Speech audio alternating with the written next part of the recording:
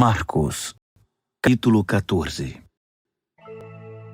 Dali a 2 dias começaria a festa da Páscoa, com 8 dias de duração, e a festa dos pães sem fermento. Os principais sacerdotes e líderes religiosos estavam procurando um modo de prender Jesus e matá-lo. Eles concordaram em que não deveriam fazer isso durante a semana da Páscoa. "Não queremos iniciar uma guerra", disseram. Jesus estava em Betânia como convidado de Simão, o leproso. Enquanto jantava, uma mulher apareceu com um frasco de perfume muito caro. Abrindo o frasco, ela derramou o perfume sobre a cabeça de Jesus. Alguns convidados ficaram indignados. "Desperdício! Esse perfume poderia ser vendido pelo valor do salário de 1 ano e o dinheiro distribuído entre os pobres." Eles fuzilavam a mulher com os olhos. Jesus, porém, disse: "Deixe-na em paz, porque vocês a incomodam.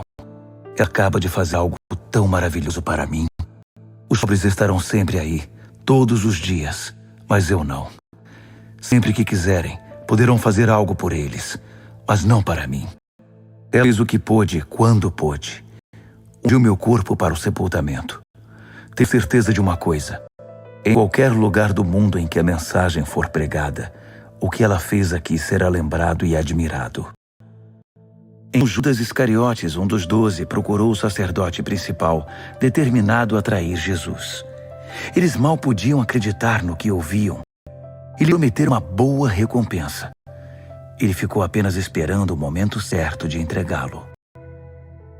No primeiro dia da festa dos pães sem fermento, dia de preparar o sacrifício da Páscoa, os discípulos perguntaram a Jesus: "Onde queres que preparemos a ceia da Páscoa?" Ele orientou 2 dos discípulos: "Vão para a cidade. Um homem com um jarro de água encontrará vocês. Sigam-no. Perguntem ao proprietário da casa em que ele entrar. O mestre quer saber em qual aposento ele poderá comer a ceia da Páscoa com seus discípulos. O homem mostrará a vocês uma sala no 2º andar, espaçosa, limpa e arrumada. Façam ali os preparativos." Os discípulos foram para a cidade e tudo aconteceu como ele lhes dissera. Eles prepararam ali a refeição pascal. Depois do pôr do sol, ele chegou com os 12. Quando estavam à mesa, Jesus disse: "Tenho algo difícil, mas importante a dizer. Vocês me trairá. Alguém que, neste momento, come comigo." Chocados, começaram a dizer um após o outro: "Eu não!" Ele respondeu: "Os 12, alguém que come sempre comigo. O Filho do Homem sofrerá a dor da traição, já prevista nas Escrituras." Até aí nenhuma surpresa. Mas do traidor do Filho do Homem, melhor que ele nunca tivesse nascido. Durante a refeição, depois de tomar o pão e abençoá-lo, Jesus o partiu, deu-o aos discípulos e disse: "Tomem, isto é meu corpo." Tomando o cálice e dando graças a Deus, entregou-o a eles também, e todos beberam. Ele disse: "Isto é meu sangue, a nova aliança de Deus, derramado em favor de muitos.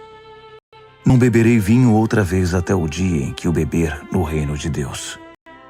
Então eles cantaram um hino e foram para o Monte das Oliveiras. Jesus alertou-os: "Por causa do que vai acontecer comigo, vocês vão se dispersar. Isso é para cumprir um texto das Escrituras que diz: Vou ferir o pastor, e as ovelhas ficarão desorientadas. Mas depois que eu ressuscitar, irei adiante de vocês para a Galileia." Mas Pedro, todo afoito, declarou: "Ainda que todo mundo fuja, eu não fugirei." Jesus respondeu: "Não tenha tanta certeza. Ainda esta noite, antes que o galo cante 2 vezes, você vai me negar 3 vezes." Pedro protestou, falando sem pensar: "Ainda que eu tenha de morrer contigo, jamais te negarei." Todos os outros disseram o mesmo. Então eles foram para um jardim chamado Getsêmani. Jesus disse aos discípulos: "Fiquem aqui, enquanto vou orar mais adiante. Levando consigo Pedro, Tiago e João, ele mergulhou em grande agonia e declarou: a tristeza que sinto é uma tristeza de morte. Fiquem aqui e vigiem comigo. E um pouco mais adiante, prostrou-se no chão e orou: Paizinho, Pai, tu podes me livrar. Afasta este cálice de mim. Mas, por favor, não seja o que eu quero, mas sim o que tu queres. Quando voltou aos discípulos, encontrou os 3 dormindo e disse a Pedro: Simão, você veio para dormir? Não pode aguentar nenhuma hora? Fiquem atentos. Orem sempre para que não caiam em tentação antes mesmo de perceber o perigo. Uma parte de você está disposta a fazer qualquer coisa por Deus, mas a outra parte simplesmente não reage. Depois disso, voltou ao seu lugar e fez a mesma oração. Retornando mais uma vez, ele os encontrou dormindo. Eles simplesmente não conseguiam manter os olhos abertos e não tinham nem como se desculpar.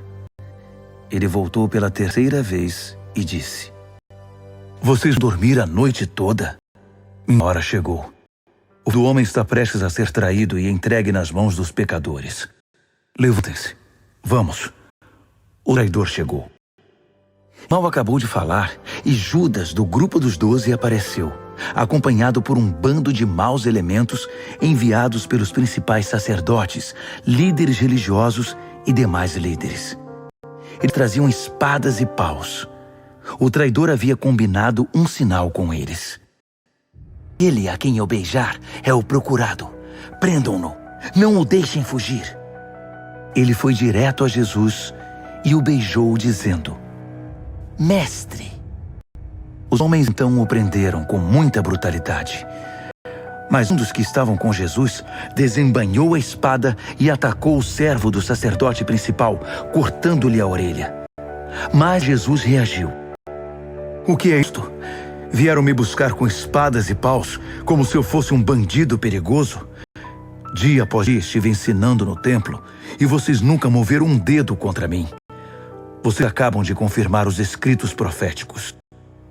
Nessa hora, todos os discípulos já haviam fugido. Um jovem seguia o grupo de longe. Tudo que ele trazia sobre o corpo era um lençol. Alguns daqueles homens tentaram agarrá-lo, mas ele escapou. Fugiu nu, deixando o lençol para trás. O grupo que prendeu Jesus levou-o ao sacerdote principal, que estava reunido com os principais sacerdotes, líderes do povo e líderes religiosos. Pedro os seguira a uma distância segura. Quando chegaram ao pátio do sacerdote principal, ele se misturou com os servos e foi esquecer perto da fogueira. Os principais sacerdotes, conspirando com o concílio judaico, tentavam achar acusações contra Jesus para condená-lo à morte. Não encontraram nada. Muitos davam falso testemunho, mas um depoimento contradizia o outro. Alguns homens apareceram com esta história: Nós o ouvimos dizer: Vou derrubar o templo, construído com tanto esforço, e em 3 dias construirei outro, sem ao menos erguer a mão. Mesmo assim, não havia plena concordância entre os relatos. Nesse momento, o sacerdote principal levantou-se e perguntou a Jesus: O que você tem a dizer dessa acusação? Jesus não deu resposta. O sacerdote principal insistiu, mudando a pergunta: Você é o Messias, o Filho do Deus bendito? Foi direto: Sim, eu sou, e você mesmo verá. O homem assentado à direita do Todo-Poderoso, vindo nas nuvens do céu. O sacerdote principal perdeu a compostura. Rasgando a própria roupa, gritou: Ou isso? Que precisamos de mais testemunhas? Vocês testemunharam a blasfêmia! Vão deixar que isso fique assim? Por unanimidade, eles o condenaram, e foi sentença de morte. Alguns começaram a cuspir nele. Vendaram-lhe os olhos e batiam nele, provocando. Quem bateu em você? Profetize! Os guardas levaram-no dali, sem interromper o espancamento. Enquanto isso, Pedro estava no pátio. E aconteceu que uma das empregadas do sacerdote principal, vendo Pedro se aquecer ali, olhou para ele e disse: "Você estava com Jesus, o Nazareno?" Mas ele negou. Não sei do que você está falando. Quando ele passou pelo pórtico, um galo cantou. A moça apontava para ele e dizia aos que estavam por ali: "É um deles, tenho certeza!" E Pedro negou mais uma vez. Pouco depois, as pessoas ali começaram a insistir. Você tem de ser um deles. Está na cara que você é Galileu. Então Pedro ficou muito nervoso e jurou: Nunca vi esse homem de quem vocês estão falando. Na mesma hora, o galo cantou pela segunda vez. Pedro lembrou-se do que Jesus dissera: "Antes que o galo cante 2 vezes, você vai me negar 3 vezes." Sem se conter, desabou a chorar.